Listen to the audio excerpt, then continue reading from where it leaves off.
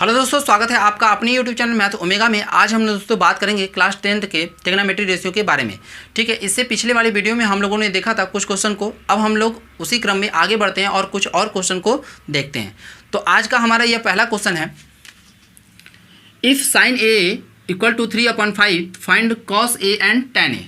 यदि हमको साइन ए की वैल्यू दी गई हो 3/5, तब हमको कॉस ए और tan ए का मान ज्ञात करना है। ठीक है दोस्तों, तो इसके लिए हम लोग सबसे पहले क्या करेंगे कि एक राइट एंगल ट्रायंगल मान लेंगे कि एक राइट एंगल ट्रायंगल ये है। इस वाले शीर्ष को हम लोग ए मानते हैं, इसको बी और इसको सी। आप अपनी इच्छा अनुसार ए को यहाँ रख सकते हैं और सी को यहाँ भी रख सकते हैं, लेकिन ए हमेशा क्या रहेगा, न्यून कोण। ऐसा इसलिए क्योंकि ए कभी भी राइट एंगल नहीं बनेगा, क्योंकि क्वेश्चन में हमको साइन ए की जो रेशियो दी गई है वो कितना है, 3/5 है। ठीक है, तो ए को हम कभी भी राइट एंगल नहीं बनाएंगे। ठीक है, अब देखिए, तो यहाँ से हम अच्छी तरीके से जानते हैं कि साइन ए का जो ट्रिग्नोमेट्री रेशियो होता है वो होता है हमारा perpendicular upon hypotenuse, perpendicular upon hypotenuse. और यहाँ हमको वैल्यू दी गई है 3/5। ठीक है दोस्तों, हम अच्छी तरीके से ये जानते हैं कि राइट एंगल के ठीक सामने वाली जो साइड होती है, राइट एंगल के ठीक सामने वाली जो साइड होती है वो होता है हमारा हाइपोटेनस, और एंगल के ठीक सामने वाली जो साइड होती है, एंगल के ठीक सामने वाली जो साइड होती है वो होता है हमारा परपेंडिकुलर। ठीक है दोस्तों, और जो रिमेनिंग साइड होती है वो होता है हमारा बेस, मतलब आधार। ठीक, तो यहाँ से हमको परपेंडिकुलर की वैल्यू जो दी गई है वो कितना है, 3। तो परपेंडिकुलर की वैल्यू कितनी है, 3, और हाइपोटेनस की वैल्यू कितनी दी गई है, 5। ठीक है दोस्तों, तो यहाँ अभी भी हमको बेस की वैल्यू नहीं मालूम है, तो इसके लिए हम लोग क्या करेंगे कि पाइथागोरस थ्योरम अप्लाई करेंगे इस राइट एंगल ट्रायंगल पर, और वहाँ से हम लोग बेस की वैल्यू फाइंड करेंगे। आइए दोस्तों, हम लोग पाइथागोरस थ्योरम का प्रयोग करके इस बेस की वैल्यू को प्राप्त करते हैं।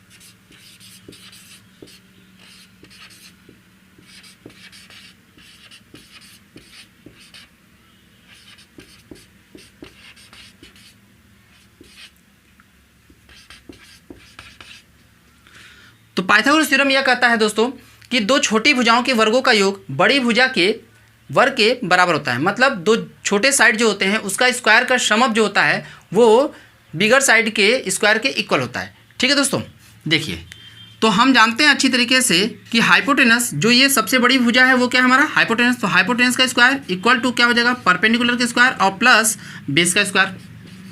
ठीक है दोस्तों, हाइपोटेनस का स्क्वायर इक्वल टू कितना, परपेंडिकुलर के स्क्वायर प्लस बेस का स्क्वायर। इस बात को थोड़ा ध्यान दीजिएगा दोस्तों, हमने बी ये वाला लिया है, ना कि ये लिया है। ठीक है, इसी तरीके से हमें मालूम है कि जो हाइपोटेनस है वो कितना है, AC, और परपेंडिकुलर कितना है, BC, और बेस कितना है, AB। तो AC की वैल्यू कितना दी गई है भाई, AC की वैल्यू है 5, तो 5 स्क्वायर। BC की वैल्यू कितनी है, BC की वैल्यू है 3, तो 3 स्क्वायर, और AB की वैल्यू हमको मालूम करना है। ठीक है दोस्तों, तो 5 का स्क्वायर कितना होता है, 25,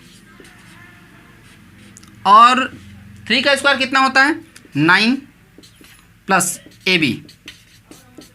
ठीक है दोस्तों, अब हम लोग दोस्तों 9 को इस तरफ ट्रांसफर करेंगे, तो जैसे ही इसको 9 को इस तरफ ट्रांसफर करेंगे तो इसका साइन प्लस है, इधर आएगा तो कितना हो जाएगा, माइनस। तो 25 माइनस 9 इक्वल टू कितना, AB स्क्वायर। ठीक है दोस्तों, अब हम आगे बढ़ेंगे और समझने का प्रयास करें कि यहाँ से अगर हम घटाएंगे 25 में से 9 अगर घटेगा तो कितना आएगा, 16, मतलब 16। तो यहाँ से 16 हम लोगों ने प्राप्त किया, और यहाँ आपका AB स्क्वायर।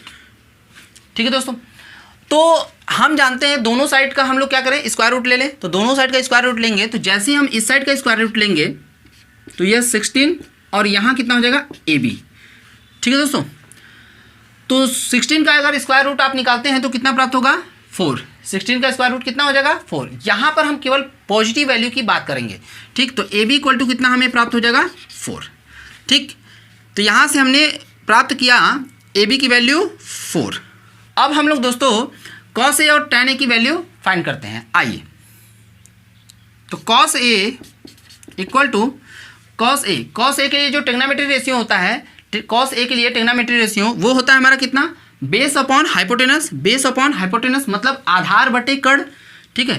तो ये हो गया हमारा बेस अपॉन हाइपोटेनस। तो बेस कितना है दोस्तों, तो बेस है हमारा कितना 4 और हाइपोटेनस कितना है 5, तो 4/5, ठीक। और अब हमें tan की वैल्यू फाइंड करनी, tan a के लिए।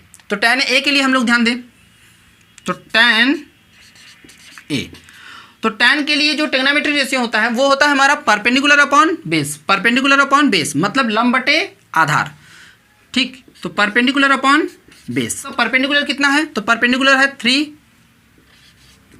और बेस की बात करें तो बेस कितना है 4, बेस कितना है 4, ठीक है दोस्तों। तो इस तरीके से हम लोगों ने इस क्वेश्चन को सॉल्व किया। अब हम लोग अगले क्वेश्चन की ओर चलते हैं और समझने का प्रयास करते हैं। आइए दोस्तों देखते हैं। तो दिया है कि if cos b = 1/3 find other 5 trigonometry ratios, मतलब कि यदि cos b = 1/3 तब अन्य 5 त्रिकोणमितीय अनुपात को ज्ञात कीजिए, तब अन्य 5 त्रिकोणमितीय अनुपात को ज्ञात करना है, ठीक है दोस्तों। तो आइए समझते हैं।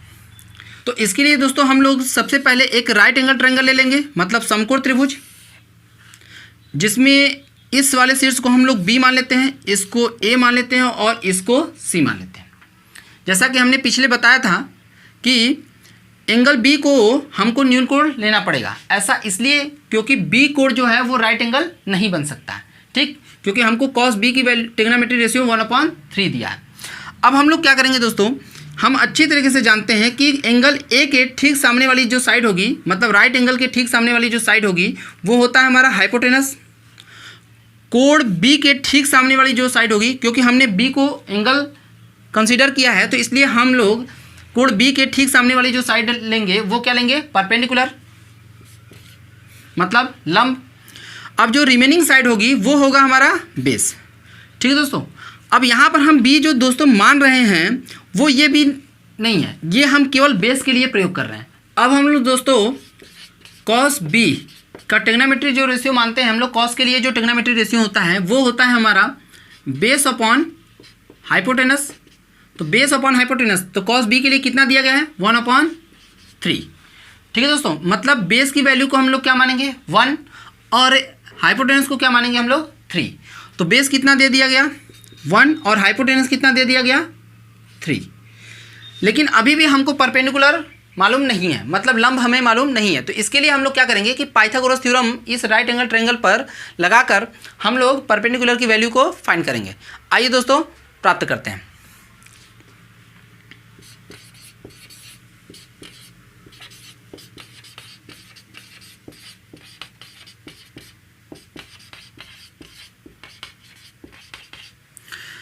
पाइथागोरस थ्योरम यह कहता है दोस्तों कि दो छोटी भुजाओं के वर्गों का योग जो होता है वो बड़ी भुजा के वर्ग के बराबर होता है। मतलब दो छोटी साइड के स्क्वायर जो होते हैं उनका समअप जो होता है वो बड़ी वाली साइड के स्क्वायर के इक्वल होता है, ठीक है।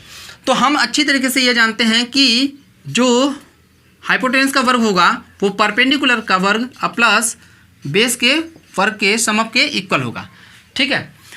अब हम लोग को पता है कि यहाँ पर जो हाइपोटेनस है वो कितना है BC और परपेंडिकुलर कितना दिया गया है, तो परपेंडिकुलर है AC और बेस कितना है, तो बेस है हमारा AB, ठीक है दोस्तों। अब BC की वैल्यू कितना दी गई है, तो BC की वैल्यू दिया गया है हमको 3 स्क्वायर। अब AC की वैल्यू कितना दिया गया है, तो AC की वैल्यू हमको मालूम करना है और AB की वैल्यू कितना दिया गया है 1। तो यहाँ हम लोग AC को इसी तरीके से लिख सकते हैं AC स्क्वायर और प्लस AB की वैल्यू हमको मालूम है 1, तो हम लोग लिख देंगे 1 का वर्ग। तो 3 का वर्ग करेंगे मतलब 3 का स्क्वायर करेंगे तो 3 का स्क्वायर कितना होता है 9, फिर AC का वर्ग प्लस 1। तो 1 को हम लोग इस साइड ट्रांसफर करेंगे तो जैसे ही यह प्लस है इस साइड ट्रांसफर होगा तो क्या हो जाएगा माइनस। तो 9 में से हम लोग क्या करेंगे 1 माइनस कर देंगे, ठीक है दोस्तों। तो यहाँ से AC का स्क्वायर प्राप्त होगा। अब हम लोग दोस्तों आगे बढ़ते हैं और समझते हैं। तो 9 में से 1 को सबस्ट्रैक्ट करेंगे, तो 9 में से 1 को जैसे ही हम लोग सबस्ट्रैक्ट करेंगे मतलब घटाएंगे तो कितना प्राप्त हो जाएगा 8। तो 8 इक्वल टू कितना हो जाएगा AC स्क्वायर। अब हम लोग दोस्तों दोनों ही साइड का क्या करेंगे स्क्वायर रूट लेंगे। तो AC के स्क्वायर का स्क्वायर रूट अगर हम लेंगे तो कितना प्राप्त हो जाएगा AC और 8 का स्क्वायर रूट लेंगे तो कितना, √8। अब हम इसे कुछ इस तरीके से भी लिख सकते हैं, 2 × 2 × 2। तो यहाँ पर 2 का एक पेयर तो बन गया, तो 2 का एक पेयर बन गया तो हम लोग क्या करेंगे, 1 2 तो बाहर ले लेंगे, तो 1 2 हम लोग बाहर ले लेंगे, लेकिन 1 2 आपका रूट में ही रहेगा क्योंकि इस 2 का पेयर नहीं बन पा रहा है। तो क्योंकि हम लोग स्क्वायर रूट के केस में हम लोग क्या करते हैं, स्क्वायर रूट के केस में हम लोग 2 2 का पेयर बनाते हैं और जिसका पेयर बन जाता है हम उसको एक बाहर ले लेते हैं, ठीक है। तो अब हम लोगों को AC की वैल्यू प्राप्त हो गई, तो AC की वैल्यू कितना है, 2√2, ठीक है दोस्तों। यहाँ से अब हम लोग सभी पांचों त्रिकोणमितीय अनुपातों को ज्ञात करेंगे। तो पहले अगर हम बात करें तो साइन B, तो साइन B के लिए हम लोग जानते हैं, तो साइन के लिए जो ट्रिग्नोमेट्री रेशियो होता है वो होता है हमारा परपेंडिकुलर अपॉन हाइपोटेनस। तो परपेंडिकुलर कितना है दोस्तों, तो परपेंडिकुलर है 2√2 अपॉन हाइपोटेनस कितना है, तो हाइपोटेनस कितना है 3, ठीक है दोस्तों। अब अगर हम बात करें कॉस B के लिए, तो कॉस B का तो हमको पता ही है पहले से। अब हम आगे चलते हैं और tan के लिए प्राप्त करते हैं। तो tan के लिए जो ट्रिग्नोमेट्री रेशियो होता है, जो tan के लिए ट्रिग्नोमेट्री रेशियो होता है वो होता है हमारा परपेंडिकुलर अपॉन बेस। तो परपेंडिकुलर कितना है दोस्तों, 2√2,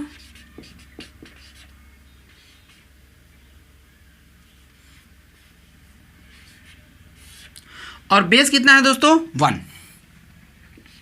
इसका मतलब कि हमें कितना प्राप्त होगा, 2√2।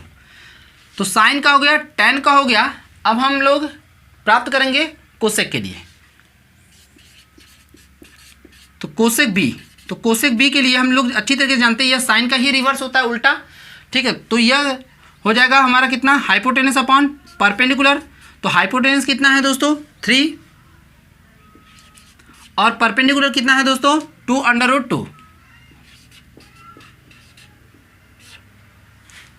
तो साइन, tan और कोसेक। अब हम लोग दोस्तों सेक की वैल्यू फाइंड करेंगे। तो सेक के लिए हम लोग अच्छी तरीके से जानते हैं ट्रिग्नोमेट्री रेशियो जो होता है वो होता है हमारा hypotenuse upon base, hypotenuse upon base.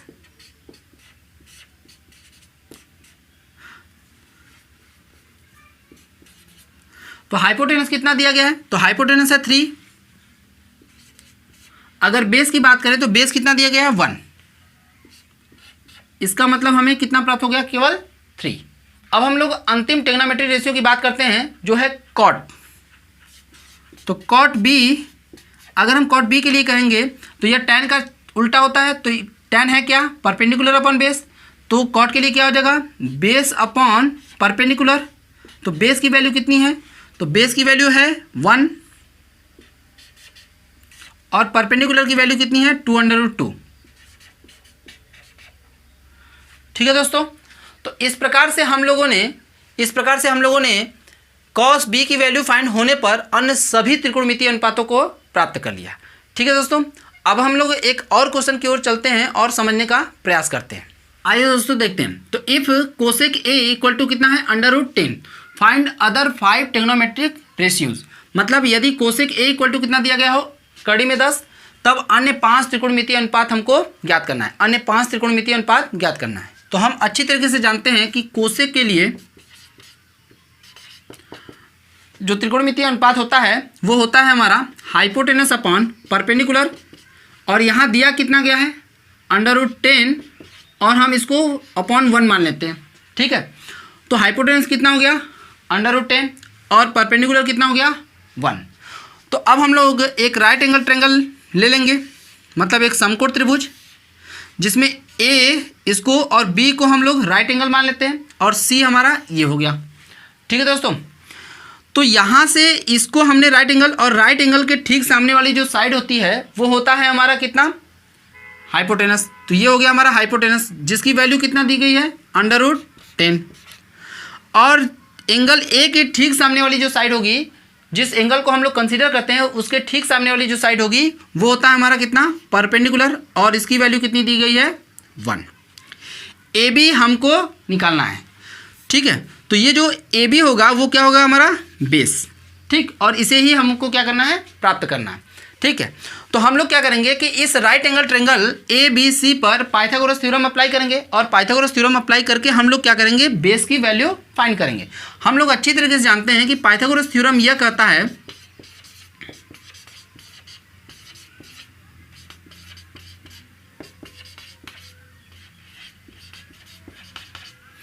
कि दो छोटी भुजाओं के वर्गों का योग, दो छोटी भुजाओं के वर्गों का योग बड़ी भुजा के वर्ग के बराबर होता है। मतलब एक समकोण त्रिभुज में दो छोटी भुजाओं का अगर हम वर्ग करते हैं और उनका योग कर देते हैं तो वह बड़ी भुजा के वर्ग के बराबर होता है।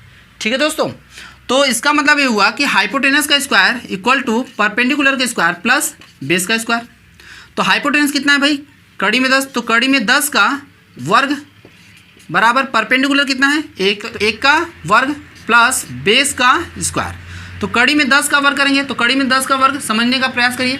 कड़ी में 10 के वर्ग को हम लोग देखें तो कुछ हम लोग इसे इस तरीके से लिख सकते हैं, कड़ी में 10 गुणे कितना, कड़ी में 10। तो जैसे ही हम इसका गुणा करेंगे तो हमें कितना प्राप्त होगा, कड़ी में 100। इसका मतलब है कि हम इसे कुछ इस तरीके से लिख सकते हैं, 10 गुणे 10, तो पेयर बन गया। अब इसके पेयर का एक बाहर निकल जाएगा। ठीक है, मतलब स्क्वायर रूट के केस में हम लोग क्या करते हैं, इस पेयर का एक बाहर निकाल लेते हैं। तो हमें कितना 10 कड़ी में 10 का जो वर्ग प्राप्त होगा, कड़ी में 10 का जो वर्ग प्राप्त होगा वो कितना प्राप्त हो जाएगा, केवल 10। ठीक है दोस्तों, तो यहाँ से हम लोग कड़ी में 10 का वर्ग जो मिला वो कितना 10 और 1 का वर्ग 1 और प्लस बेस का वर्ग। तो 10 में से 1 घटाएंगे क्योंकि इधर ये प्लस है, इधर आएगा तो माइनस। तो 10 में से 1 घटा और यहाँ हो जाएगा बेस का वर्ग। तो 10 में से 1 घटाएंगे तो कितना 9। तो 9 बराबर कितना, बेस का वर्ग। अब हम लोग दोस्तों दोनों ही साइड का क्या करेंगे, स्क्वायर रूट निकालेंगे। तो जैसे ही हम दोनों ही साइड का स्क्वायर रूट निकालेंगे तो बी स्क्वायर इक्वल टू कितना दिया है 9, स्क्वायर रूट निकालेंगे दोनों साइड का। तो यहाँ बी का स्क्वायर रूट निकालेंगे तो कितना प्राप्त हो जाएगा बी, और 9 का स्क्वायर रूट निकालेंगे तो 9 का स्क्वायर रूट तो हमें प्राप्त हो जाएगा कितना 3। ठीक है दोस्तों, तो मतलब कि बेस की जो वैल्यू आई वो कितना 3, बेस की जो वैल्यू आई वो कितना आ गई 3। अब दोस्तों हम लोगों को सभी तीनों साइड हमको मालूम हो चुका है, तो इसके आधार पर, इसके बेस पर हम लोग क्या करेंगे, अन्य सभी 5 ट्रिग्नोमेट्रिक रेशियो को हम लोग फाइंड कर सकते हैं। आइए देखते हैं। तो बात करेंगे पहले, तो पहला हो जाएगा ट्रिग्नोमेट्रिक रेशियो साइन ए। तो साइन के लिए जो ट्रिग्नोमेट्रिक रेशियो होता है वो होता है हमारा कितना, perpendicular upon hypotenuse, perpendicular upon hypotenuse. तो परपेंडिकुलर कितना है दोस्तों 1 और हाइपोटेनस कितना है √10। अब बात करते हैं साइन के बाद हम लोग कॉस की। तो कॉस ए, तो कॉस के लिए जो ट्रिग्नोमेट्रिक रेशियो होता है, कॉस के लिए जो ट्रिग्नोमेट्रिक रेशियो होता है वो होता है हमारा बेस अपॉन हाइपोटेनस। तो बेस अपॉन हाइपोटेनस, तो बेस कितना है दोस्तों 3 और हाइपोटेनस कितना है √10। साइन ए कॉस ए हो गया। अब आगे चलते हैं और tan के लिए ट्रिग्नोमेट्रिक रेशियो प्राप्त करते हैं। तो tan ए, तो tan के लिए हम लोग ट्रिग्नोमेट्रिक रेशियो कितना होता है, परपेंडिकुलर अपॉन बेस, मतलब लंब बटे आधार, परपेंडिकुलर अपॉन बेस। तो परपेंडिकुलर कितना है दोस्तों, तो परपेंडिकुलर है 1, परपेंडिकुलर कितना है 1 और बेस कितना है दोस्तों, तो बेस है हमारा कितना 3। ठीक, तो साइन ए, कॉस ए और tan ए की वैल्यू हमको प्राप्त हो चुकी है। अब हम आगे चलते हैं, कोसेक ए की वैल्यू हमको दिया ही गया है। आगे अगर हम चलेंगे तो कोसेक के बाद हमारा क्या आ जाएगा, सेक और कॉट। ठीक है, तो सेक ए के लिए अगर हम देखें तो सेक ए के लिए जो ट्रिग्नोमेट्रिक रेशियो होगा वो हम अच्छी तरीके से जानते हैं, ये कॉस का उल्टा होता है। तो यहाँ कितना हो जाएगा, कॉस के लिए होता है बेस अपॉन हाइपोटेनस, तो सेक के लिए कितना हो जाएगा हाइपोटेनस अपॉन बेस। और हाइपोटेनस कितना है दोस्तों, तो हाइपोटेनस देखिए तो कितना है √10 और बेस की बात करेंगे तो बेस कितना है 3। ठीक, और लास्ट ट्रिग्नोमेट्रिक रेशियो की बात करें तो लास्ट ट्रिग्नोमेट्रिक रेशियो हो जाएगा हमारा कितना, कॉट ए। तो कॉट के लिए जो ट्रिग्नोमेट्रिक रेशियो होता है, मतलब साइड में जो रिलेशन होता है वो होता है हमारा कितना, base upon perpendicular, base upon perpendicular. तो बेस कितना है दोस्तों 3 और परपेंडिकुलर कितना है दोस्तों 1, परपेंडिकुलर कितना है 1। ठीक है दोस्तों, तो इस प्रकार से दोस्तों कोसेक ए की वैल्यू √10 देने पर हम लोग अन्य सभी पांचों त्रिकोणमितीय अनुपात को हमने ज्ञात कर लिया। आपको यह वीडियो कैसा लगा कमेंट करें, लाइक करें और चैनल को सब्सक्राइब करें।